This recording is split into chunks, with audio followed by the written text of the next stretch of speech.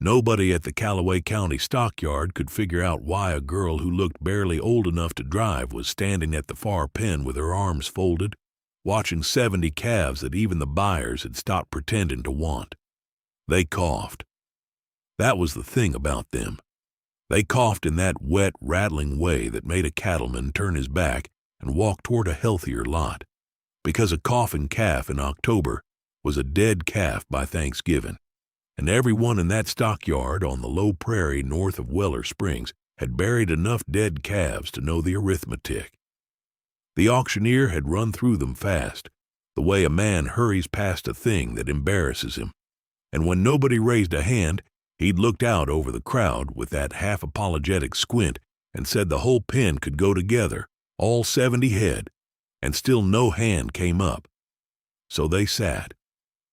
70 sets of ribs showing through dull hides, 70 runny noses, a few of them lying down in a way that lying down was never a good sign in a calf.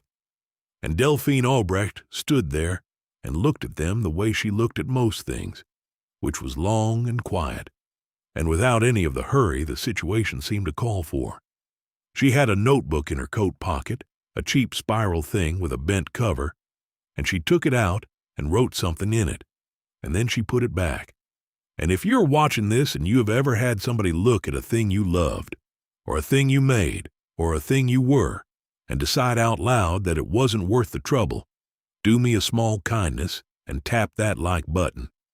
And leave a comment telling me the town you're watching from tonight, because I read them, all of them,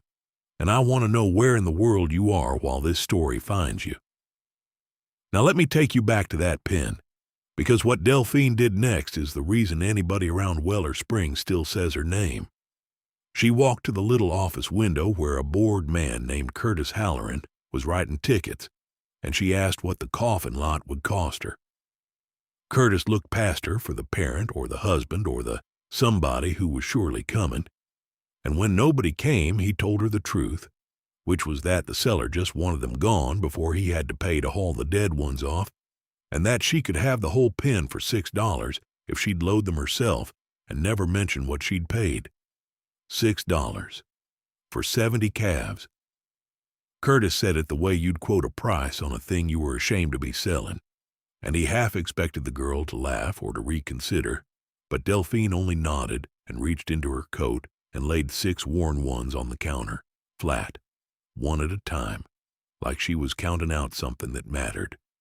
Behind her, a knot of men from the Dell feed store had gathered to watch, because a girl buying dying cattle was the closest thing to entertainment the stockyard had produced all month,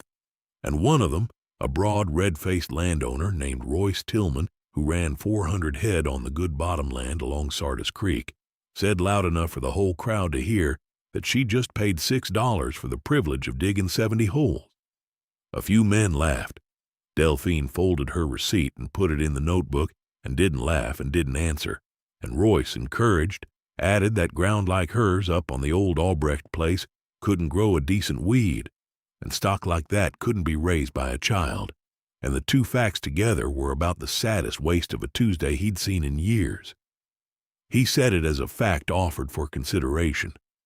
That was how Royce always said the cruelest things plainly, like weather. Delphine borrowed a stock trailer from a cousin she barely knew and made 3 trips up the washboard length of Kettle Bend Road, hauling the calves in loads because the trailer was small and the calves were weak and she would not crowd them. It took her most of the day and half the night, and the last load she brought up under a moon, the color of skimmed milk, and she backed the trailer to the loading chute her grandfather had built 40 years before and let them stumble down into the lot one at a time, counting them the way she counted the dollars, one at a time, until she had all 70 on Albrecht ground. Then she stood at the fence in the cold and listened to them cough in the dark, and she took out the notebook and wrote the date and the number and one word under it, which was the word begin, and she went inside the old house where a single light burned, and her great-aunt was sitting up waiting, because her great-aunt always waited up. Having reached the age where sleep had become a thing she took in small, suspicious portions. The great-aunt's name was Verily Albrecht, and she was 86 years old and had lived on that quarter section her entire life. Born in the front bedroom and married in the yard and widowed at the kitchen table when a telegram came about a man she'd loved 40 years past. And she had watched every kind of foolishness the family was capable of and had opinions about most of it, which she mostly kept behind her teeth. She wore men's canvas trousers and a barn coat gone soft with washing and rubber boots to the knee, and she wore them without one flicker of self-consciousness, because she had earned the right to wear whatever kept her warm and had stopped caring what a body thought of it around the time Eisenhower left office. When Delphine came in stinking of trailer and calf and cold, Verlie looked up from her tea and asked how many of them made it up the hill, and Delphine said all of them, and Verlie said, more to the window than to the girl, that they wouldn't stay all of them, that fever took the weak ones first, and then it got greedy. And Delphine said she knew, and Verlie said good, because a person who thought they could save every one of a coffin 70 was a person who'd break their heart on this by Christmas, and heartbreak was a poor manager of livestock. Delphine had come back to the Alrech place in August, not because she had a plan, but because there was nowhere else that felt like hers. Her mother had left the county years back for a city job, and a city man, and a life that had no room in it for a daughter who preferred the company of animals to the company of people. And Delphine had bounced through the tail end of a childhood in rented rooms until she turned 18 and understood, the way you understand a thing all at once, that the only piece of earth on the planet that had her name attached to it was the failing farm where her great-aunt was slowly running out of years alone. So she came. She showed up with one duffel bag and a driver's license and no money to speak of. And Verlie had looked at her a long moment on the porch and then stepped aside to let her in. And neither of them had said anything sentimental about it because neither of them was built that way. The land itself, though, told its own story. 60 acres of the quarter had gone to brush and broom sedge, and the pasture that was left was thin, sour stuff on a hard pan the county extension man had written off decades ago as marginal at best. Everyone for miles knew the Alrech ground didn't hold water and didn't grow grass and didn't do much but sit there being a monument to a family that had stopped believing in it. Everyone knew. It was one of those things everyone knew that turned out to be exactly wrong, but it would be a long while before anyone found that out. What nobody around Weller Springs had bothered to remember was that the old man, Verlie's late brother and Delphine's great-grandfather, a stubborn, narrow man named Emmett Alrech, who'd been dead 30 years, had spent the last decade of his life keeping ledgers about that ground, not money ledgers, grass ledgers. He'd kept a shelf of black composition books up in the north room, and in them, in a cramped pencil hand, he'd written down every rain and every dry spell and every place on the 60 acres where a particular kind of hardy native bunch grass came up green when everything around it went brown, and he'd written, in the margin of one book that Delphine would not open until spring, a single sentence that would become the axis the whole rest of this turned upon. But that came later. That winter, all Delphine had was 70 coughing calves, a great-aunt who withheld hope like it was a scarce commodity, and a way of looking at things that most people mistook for slowness when it was really the opposite. Because here is what Delphine understood that the men at the Delldale feed store did not. She had spent 2 years, in the loose way of a girl with no fixed home, working odd weeks for a large animal veterinarian outside the city, a tired, kind woman who let Delphine ride along and hold things and watch, and Delphine had learned that the wet cough that scared everyone off wasn't always the death sentence it looked like. She'd learned that a shipping fever that spread through a crowded stockyard pen, where sick and well breathed the same fouled air over the same trampled ground for days, behaved very differently once you pulled the animals apart, gave them clean air and space and time and a little help, and above all, stopped moving them from place to place. Stress made the cough into a killer. Calm, more often than not, made it into a cold. She could not have proved this to Royce Tilman in a way he'd have accepted, and she did not try, because she had also learned that some things you cannot argue a man into believing. You can only outlast his doubt with a result he has to look at. So she didn't argue. She went to work. The work that Winter was the kind that doesn't photograph as anything but a girl in the cold. She split the 70 into small bunches and spread them across the whole run-down place instead of crowding them, which cost her 10 times the walking, but meant no calf breathed another sickness for long. She hauled water by hand to lots the old pipes no longer reached, breaking ice at dawn and again at dark, her hands going through the stages of cold that end in not feeling much of anything. She learned each calf, not as a number, but as a face, and she wrote them in the notebook by the marks God gave them, the one with the split ear, the little roan that wheezed worst, the black heifer that followed her along the fence like a dog. She lost 11 of them by the middle of January, and each one she lost she wrote down with the date, and she did not cry over them where Verley could see, though the little roan that wheezed worst was one of the 11, and that one she carried out to the brush line herself and sat with a while before she came back in. Verley, watching from the window, said nothing about the time it took her. That night the old woman set a second bowl of soup at Delphine's place without being asked, which for Verley was the same as an embrace, and the two of them ate in the quiet, and the calves coughed in the dark, and outside the wind came down off the flat land the way it had come down for 100 winters, indifferent to every plan a human being had ever made under it. But she did not lose the 12th, or the 13th. Somewhere in the deepest cold of that January the tide turned, the way it does when you least expect to notice, and Delphine realized one morning at the water trough that the sound had changed, that the wet chorus that had greeted her every dawn since October had thinned to a few scattered coughs, and then, over a week, to almost none. 59 calves. 59 head that the whole of Callaway County had valued at less than a tank of fuel, and they were standing on their feet in the winter sun with their noses clean and their eyes bright. And when she came through the gate, they crowded to her. Not because they were sick, but because they were young and alive, and had decided, in the wordless way of animals, that this thin, quiet girl was the reason both of those things were still true. She stood in the middle of them, and let them push against her legs, and she took out the notebook, and she wrote the number 59, and under it she wrote a single word, which was the same word she'd written in the dark the night she brought them home, and the word was begin. And this time it meant something different, because now there was something to begin with. Verley came out to the fence that afternoon, which she rarely did in deep winter, and she leaned on the top rail and looked at the 59 a long while, her breath smoking, and then she said the thing that Delphine would carry the rest of her life and would eventually say to her own daughter across a different fence in a different decade.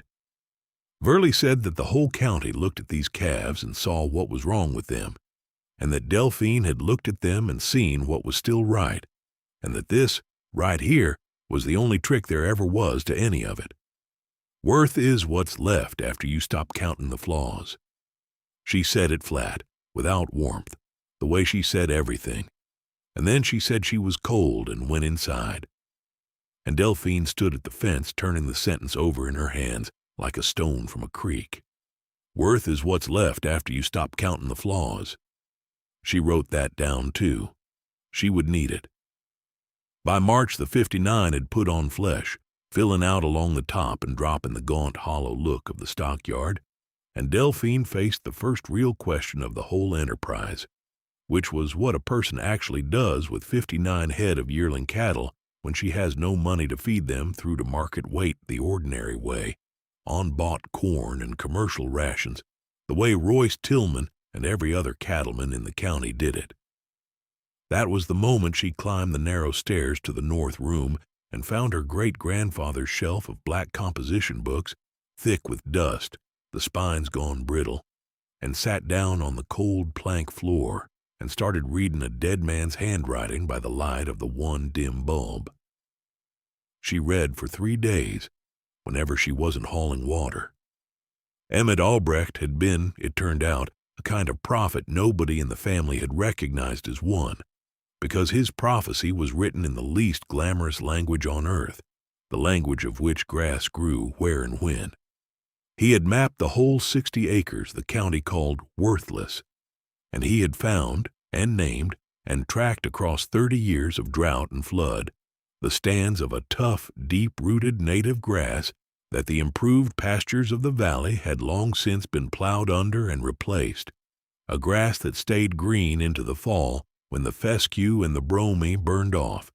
a grass that fattened cattle slow but fattened them clean,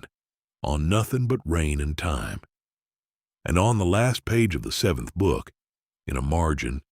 in a hand gone shaky with the age that would kill him within the year, Emmett had written the sentence Delphine would live by, the sentence that reframed everything. This ground was never poor. It was only asked the wrong question. She read that sentence, and she sat very still on the cold floor for a long time, the way she'd stood still at the stockyard pen, and then she carried the 7th book down to the kitchen and laid it open on the table in front of her great aunt and pointed to the margin. Burley put on her glasses and read it and took them off again, and she said that her brother had spent his whole life saying that, and nobody had ever listened, least of all the men who'd told him his farm was fit for nothing, and that if a skinny orphan girl and a dead old man were going to finally prove the county wrong, then Burley supposed she'd stick around long enough to watch it, on account of she'd waited 60 years, and it would be a shame to miss the end. It was the closest to a joke Burley had made all winter, and it was also, Delphine understood, a kind of permission and a kind of blessing rolled into one dry sentence, and she took it as both. So Delphine did the thing that made no sense to anyone who watched her do it. Instead of selling the 59 as feeder cattle that spring, which would have gotten her a little money and been the sane thing to do, she turned them out onto the 60 acres of brush and broom sedge that everyone knew was worthless, and she started by hand with a scythe and a mattock and a borrowed brush cutter that ran when it felt like it, to clear the invaders off the old native stands her great-grandfather had mapped, so the grass he'd tracked for 30 years could come back up into the light. It was slow past describing. She'd clear a patch the size of a garden in a hard day's work and stand back and see how much of the 60 acres was left and feel the smallness of what one person with hand tools could do against a landscape. But she'd learned patience from the Calves, and she'd learned it from Burley, and she'd learned it, without knowing it, from a dead man's ledgers,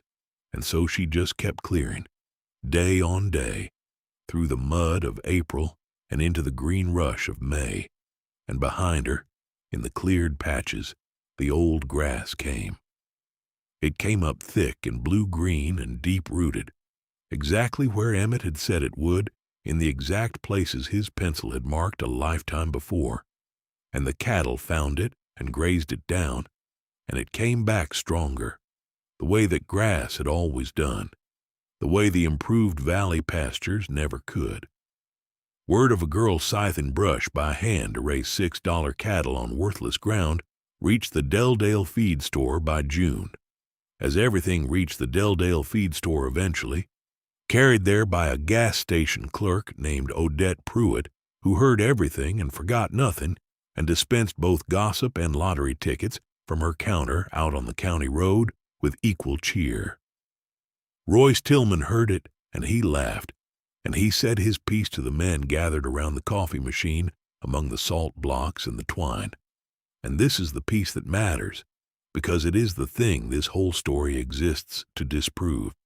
Royce said that a cow raised on native prairie grass, and time was a cow raised on nothing, that there was a reason the whole industry had moved to corn and improved pasture and away from all that old-timer nonsense, and that Delphine Obrecht was going to spend a year of her life growing the toughest, stringiest, most worthless beef in the state of the county, and then find out that a worthless was worthless no matter how much love you poured into it. He said it leads to nothing. Those were his exact words, and Odette carried them up Kettle Bend Road inside, a week the way she carried everything, and Delphine heard them at her own gate, and she listened to them all the way through, and then she said the only thing she said in reply that whole summer, which was that Mr. Tilman might be right, and she'd let him know how the beef tasted. Then she went back to her scythe. She did not argue. She had decided long before that she would answer Royce Tilman with a plate, not a sentence, and she was a patient enough soul to wait for the plate to be ready. The summer was the long, patient middle of the thing, the part no one tells you about because it does not make a story, only a life. She cleared and she grazed and she moved the cattle in small bunches from patch to patch, the way Emmett's book said to, never letting them eat a stand down to the roots, always moving them on before the grass gave up, so that behind them the prairie recovered instead of failing. And this rotating, patient, walking kind of husbandry, which cost nothing but her legs and her attention, did in a single summer what the county extension man had sworn 30 years ago could not be done on Alrech ground. The 60 acres greened, not all at once and not everywhere, but in a spreading, deepening way that a person could stand at the gate and see if they had eyes to see it, and the cattle grazing it grew in a manner that was different from the fast, slick fatness of corn-fed steers, a harder, leaner, more finished flesh laid on slow through a whole season of native forage,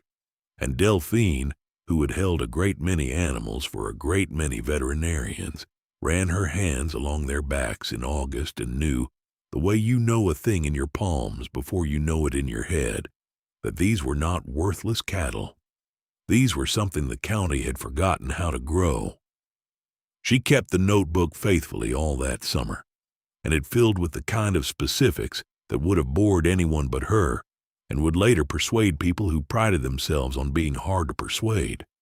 The date each patch was cleared, the date the native grass first showed in it, which bunch grazed which stand, and for how many days, the weight of the animals, estimated by a tape around the heart girth, climbing week on week,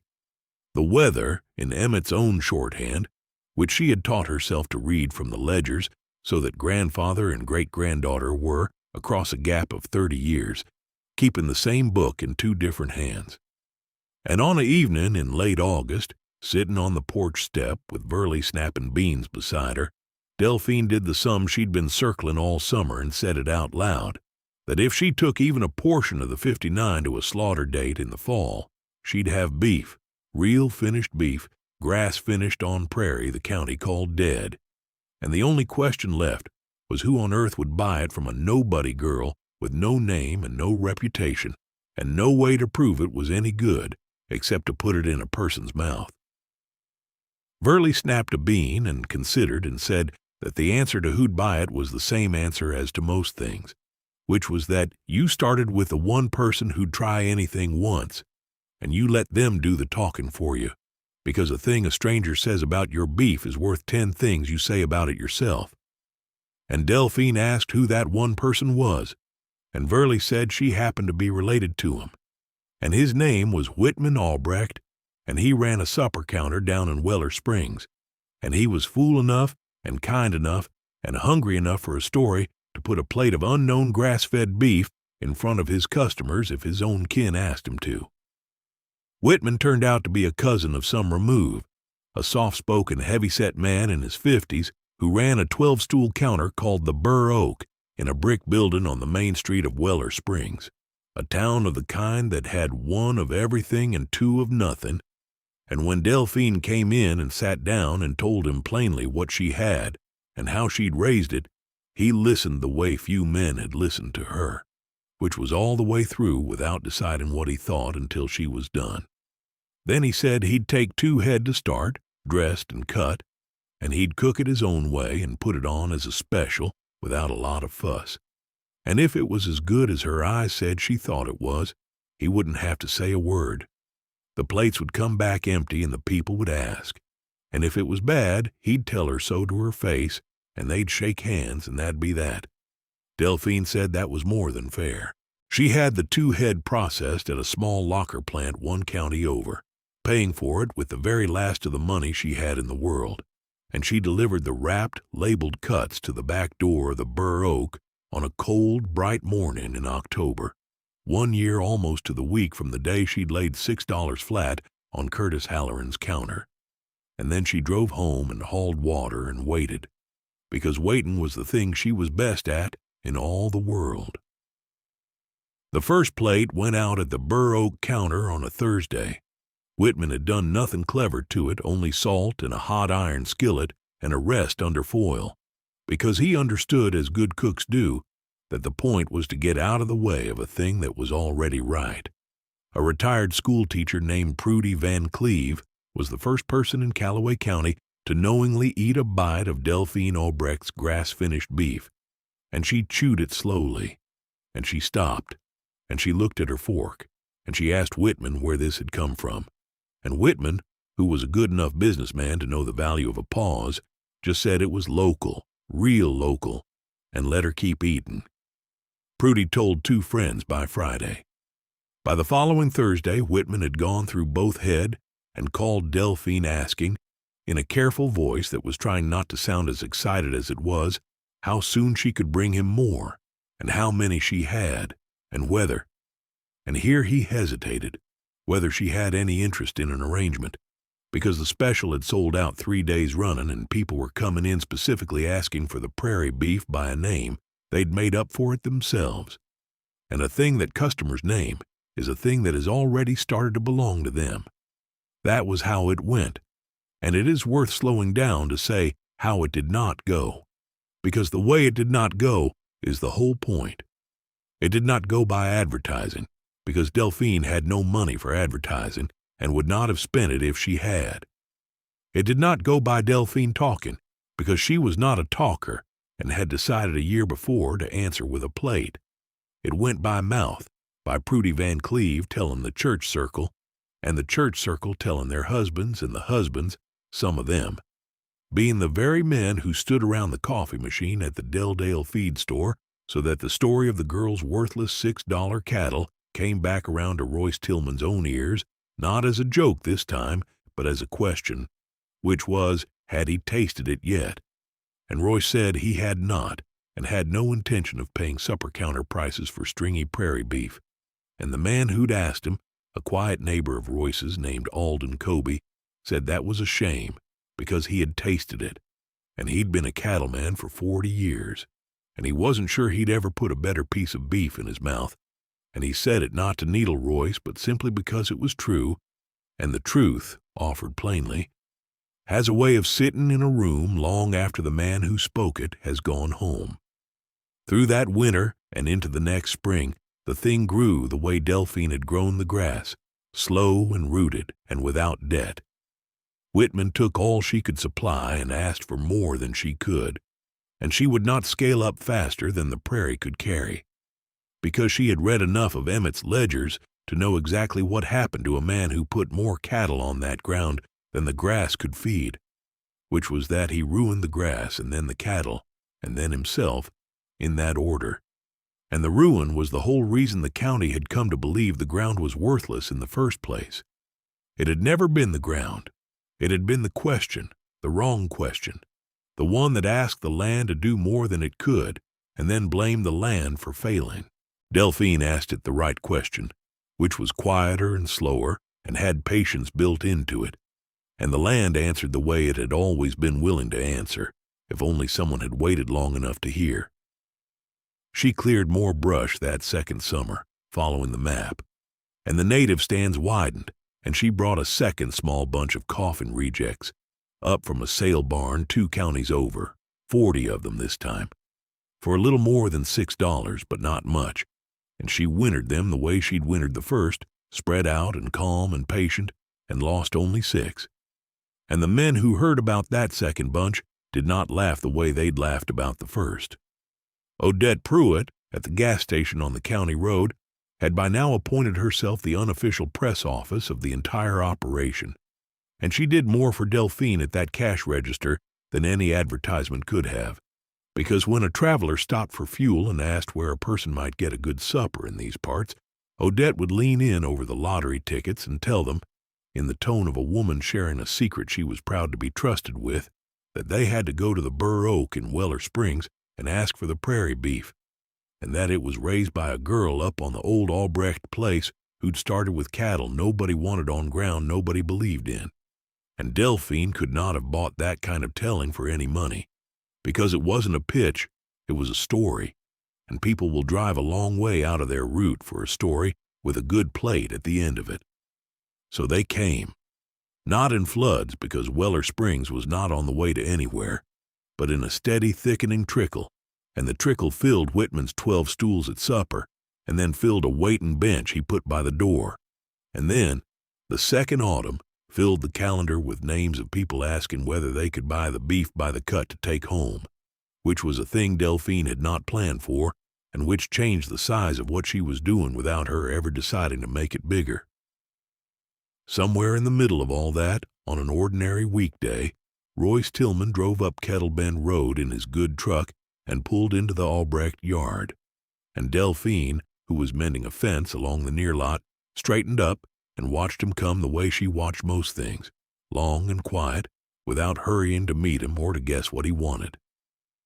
Royce got out and stood there a minute with his hands in his back pockets, looking at the 60 acres, which was not brush and broom sedge anymore, but a deep rolling blue-green stand of native prairie grass moving in the wind, with lean, hard-finished cattle scattered across it.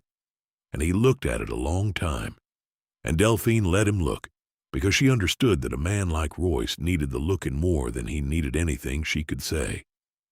Then he said, in that flat, plain way of his that had made his mockery sting a year and a half before, and that now carried something else entirely, that he'd finally gone down to the Bur Oak and eaten a plate of it. Delphine waited. Royce said he'd been raising cattle on the best bottomland in the county for 31 years, and had never grown anything that tasted like that. And he did not know how she'd done it, and he did not fully believe it even having tasted it, and that he'd come up here to see the ground with his own eyes because he couldn't square the two things in his head. And Delphine, who could have made him pay for every laugh, only walked him out to the fence and showed him the grass, and told him about her great-grandfather's ledgers and the map, and the wrong question and the right one.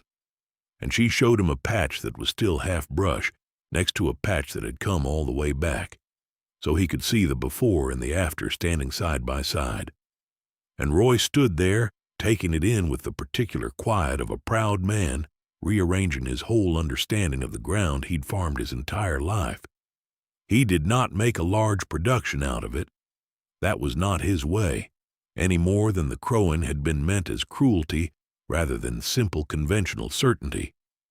He just said, looking at the grass and not at her, that he'd been wrong, that he'd said it would lead to nothing and it had led to this, and that he'd been raised to believe that ground like this was fit for nothing and stock like hers was worth nothing, and that a person could hold a wrong idea his whole life and never know it until a girl with a scythe showed him different. Then he asked her a question that cost him more than the apology had, which was whether she'd be willing to come look at a low-back 40 of his own along Sardis Creek that had never grown anything worth the fuel to cut it, and tell him whether the same thing might be done there, and whether she'd sell him some of that native grass seed if she ever had any to spare. Delphine said she'd come look, and she said the seed wasn't something you bought, it was something the ground already had if you asked it right. And Royce nodded like a man being handed a thing he'd have to think about for a long while. Before he left, he stood by his truck and said one more thing, half turned away, which was that his daddy had known her great-grandfather and had thought Emmett Albrecht was a crank, and that he supposed the two old men were somewhere having an argument right now that Emmett had finally won. Then he drove back down Kettlebend Road, and Delphine went back to her fence, and she did not write anything triumphant in the notebook that night. Only the date and the words Royce came, and under them, because she could not help it, 3 words her great-aunt would have approved of for their plainness.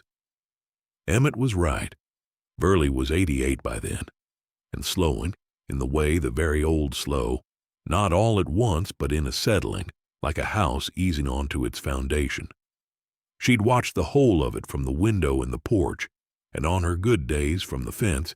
and she'd never once said she was proud, because pride was not a word in her working vocabulary, But she'd done 100 small things that meant the same. Setting the second bowl of soup, keeping up the fire in the north room so Delphine could read the ledgers warm, walking out on a spring evening to stand beside the girl at the fence and say nothing at all, which from Burley was a whole conversation.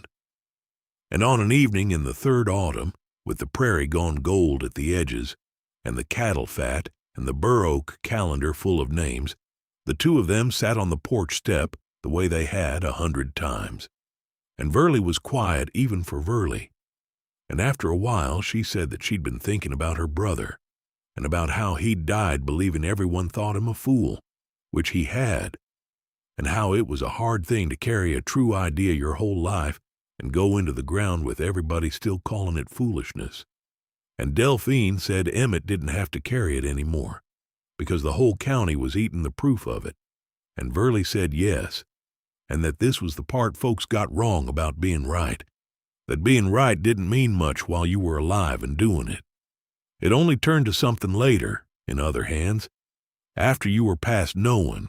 and that the trick, if there was a trick, was to do the right thing anyway without needing to be alive for the part where the world admits it. She said it flat, looking at the gold grass, and then she said she was tired and cold and went in. And Delphine sat on the step a while longer in the dark, listening to the cattle move against the fences, and something in the old woman's voice made her write that night more than the date. She wrote the whole sentence down,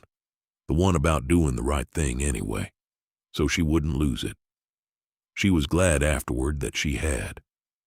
Burley died in her sleep that winter, in the front bedroom where she'd been born, on a still cold night with the stars hard and close over the flat land, and she went the way she'd have wanted if she'd have admitted to wanting anything, quietly and without a production, having lived long enough to watch her brother's idea come all the way true, in the hands of a skinny orphan girl who'd shown up on the porch with one duffel bag and nowhere else to be.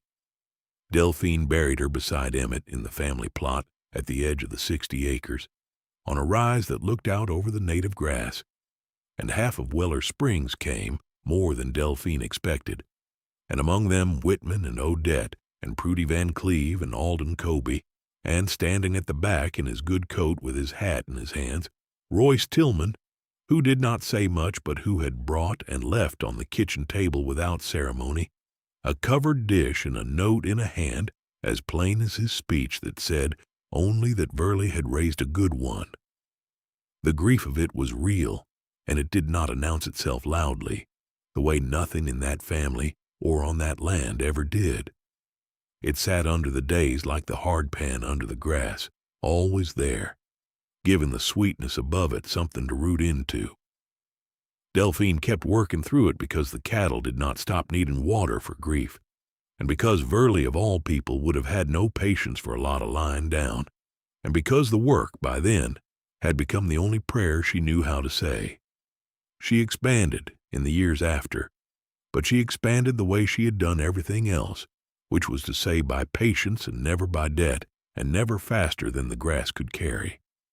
letting the demand pull the growth, instead of pushing growth out ahead of the demand and hoping it caught up. She never borrowed against the land. She never put more cattle on a stand than Emmett's ledgers said it would feed. When Whitman needed more than she could supply, she did not scramble to supply it. She simply told him no, not yet, and let the waiting bench by his door grow longer, because she'd understood young that a thing everyone can have is a thing no one drives out of their way for, and the waiting was part of the worth.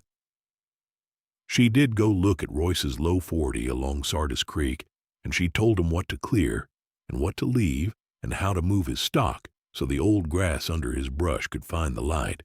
and it took him 3 summers of doing it her slow way against every instinct of 31 years. But the grass came,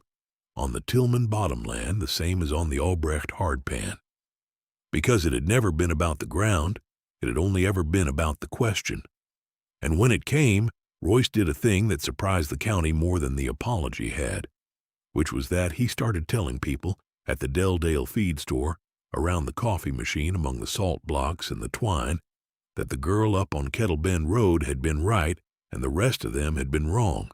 and that he'd wasted 3 decades growing fast, cheap beef on ground that could have grown something better if he'd only asked it the right question.